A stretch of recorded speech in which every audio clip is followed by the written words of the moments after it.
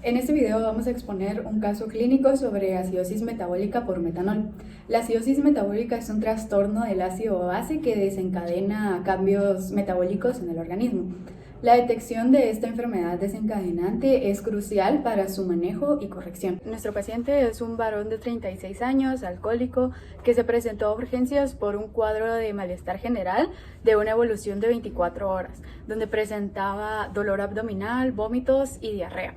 Pasadas 4 horas de su ingreso a urgencias, presentó un empeoramiento clínico donde se pudo observar que tenía dolor torácico, debilidad, sudoración y también disminución del nivel de conciencia.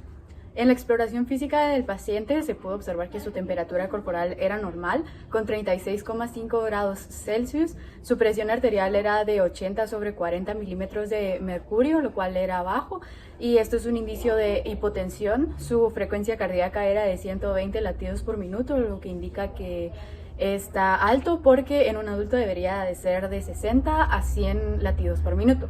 Su frecuencia respiratoria era de 18 respiraciones por minuto, lo cual está bien. Este paciente impresionaba de gravedad, era muy delgado, presentaba aspecto de desnutrición y también signos de depresión de volumen. Se realizaron varios estudios en el paciente que son los siguientes. En el análisis de sangre, el hematocrito estaba a 54%, su cantidad de sodio era de 135, de potasio de 5,7, su cloro era de 102 miliequivalentes por litro, sus proteínas totales eran de 8,8 gramos por decilitro, su glucosa era de 147 miligramos por decilitro, su urea de 28 miligramos por decilitro, su creatinina era de 1 miligramo por decilitro, su láctito era de 6,2 milimoles por litro y su osmolaridad plasmática era de 356 miliosmoles por kilogramo. En su gasometría venosa se pudo observar que el pH era de 6,98 y su presión de dióxido de carbono era de 28 mililitros de mercurio. Su bicarbonato era de 5 miliequivalentes por litro. Y tanto su estudio de glucosuria y cuerpos cetónicos en orina y etanol salieron negativos. Los parámetros de una presión arterial son la presión sistólica menos de 120 y la presión diastólica menos de 80 milímetros de mercurio. Y una temperatura normal es de 36,5 a 37 grados Celsius. En la exploración física, el paciente contaba con una presión arterial de 80 por 40 milímetros de mercurio. Esto significa que el paciente tenía una presión baja. Y la temperatura corporal del paciente era de 36,5. El paciente contaba con una temperatura normal.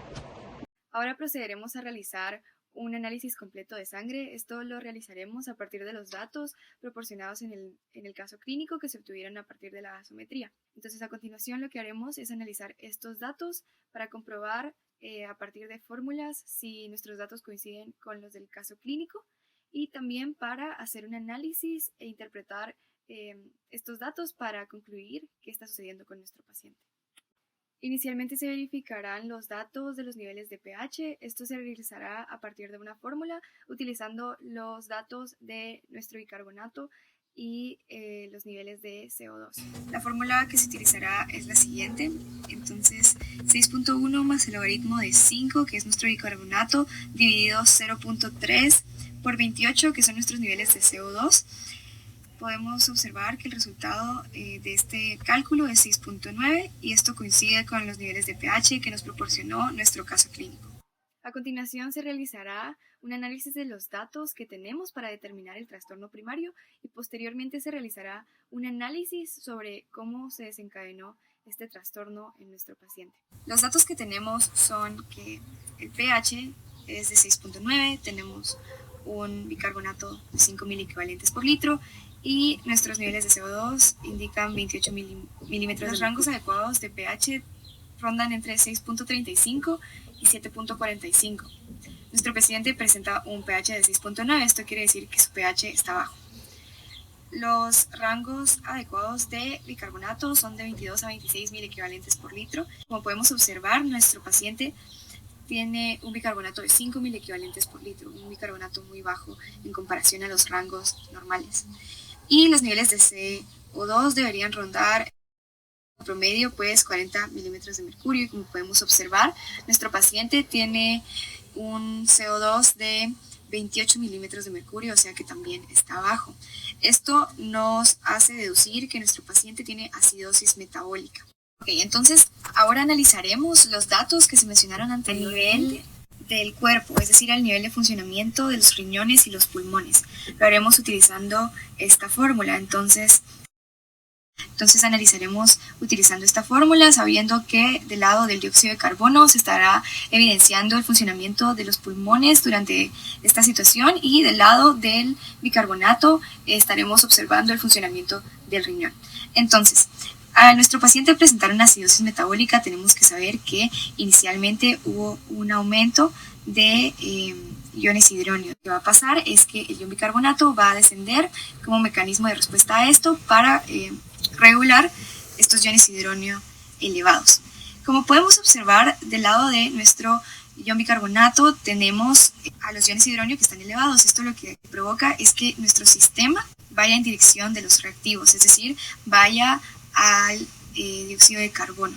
Lo que va a suceder es que el dióxido de carbono inicialmente va a aumentar, pero luego va a descender para regular o neutralizar esta fórmula. Ahora, ¿cómo podemos interpretar esto a nivel de funcionamiento del cuerpo? Lo que sucedió es que nuestro paciente presentó inicialmente niveles de hidrógeno elevados en la sangre.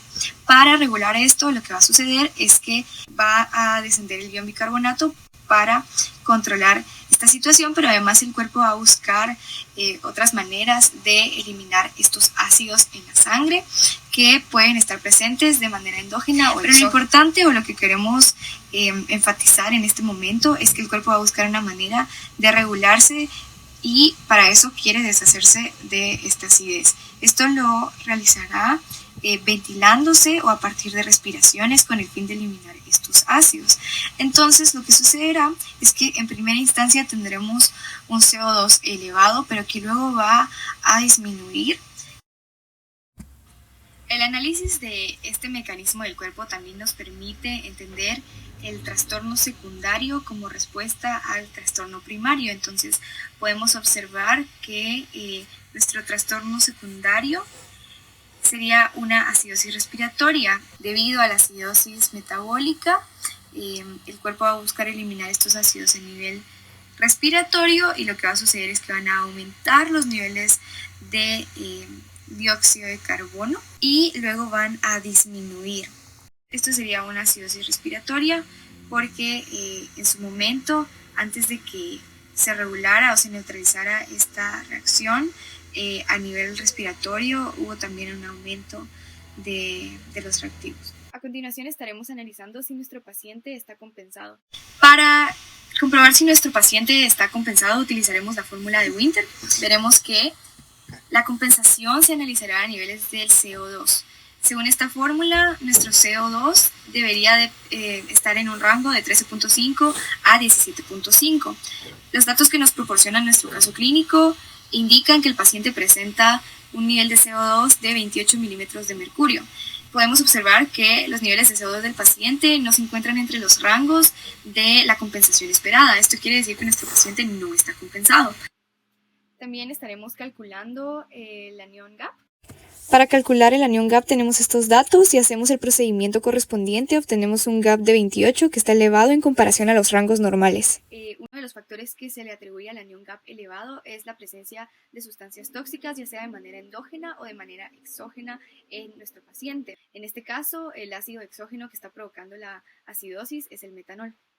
A continuación veremos los medicamentos y tratamientos que se le darán al paciente. Primero tenemos el bicarbonato intravenoso que se administrará en una dosis de 1 ml equivalente por kilogramo para corregir la acidosis metabólica severa. Como número 2 tenemos la infusión de etanol utilizado para inhibir la transformación del metanol en sus metabolitos tóxicos, con un objetivo de concentración plasmático de etanol de 100-150 miligramos por decilitros.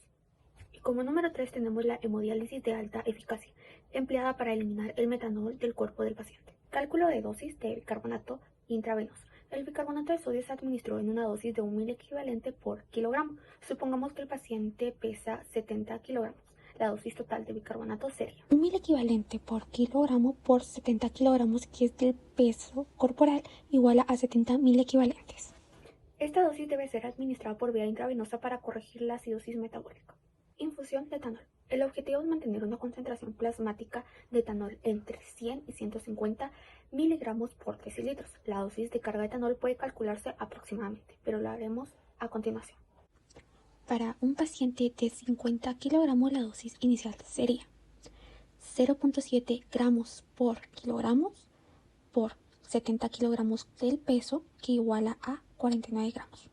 Dado que el etanol al 10% contiene 10 gramos de etanol por 100 mililitros, la cantidad de la solución necesaria sería volumen de solución igual dosis de carga por concentración de etanol por 100, que sería volumen de solución igual a 49 por 10 gramos por 100 mililitros por los 100, que nos da un igual de 490 mililitros.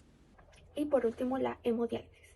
Se indica en este caso la gravedad de la acidosis y la concentración de metanol. Los criterios que se incluyen son el pH inferior a 7.5, alteración neurológica significativa, anion gap superior a 24 mol por litro, fracaso renal, concentración de metanol. Como se pudo apreciar anteriormente, el cuerpo todavía no ha sido compensado, por lo que se le debe administrar una solución intravenosa de bicarbonato de sodio, que el bicarbonato de sodio se suele utilizar en pacientes que presentan una acidosis metabólica. Ahora vamos con los cálculos de esta administración y con el cálculo de la osmolaridad plasmática. Ahora vamos con el cálculo de la solución intravenosa, que es bicarbonato de sodio al 7.5%. Lo primero que debemos hacer es encontrar los miligramos por medio del ml del medicamento por los gramos de la presentación, partido 100 ml. Lo sustituimos y nos da el valor en gramos, el cual debemos de convertir a miligramos y nos da 3.750. Al obtener este valor lo tenemos que multiplicar por la valencia menor del bicarbonato de sodio partido su peso molecular.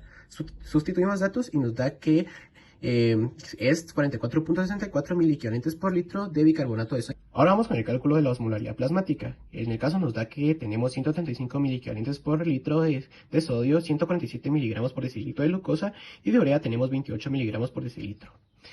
Lo que queremos hacer es sustituir estos datos en la fórmula general de la osmolaridad plasmática, y al sustituirnos nos da que la osmolaridad plasmática es 356 milimoles por kilogramo. Esto significa que está elevada en relación a su rango normal.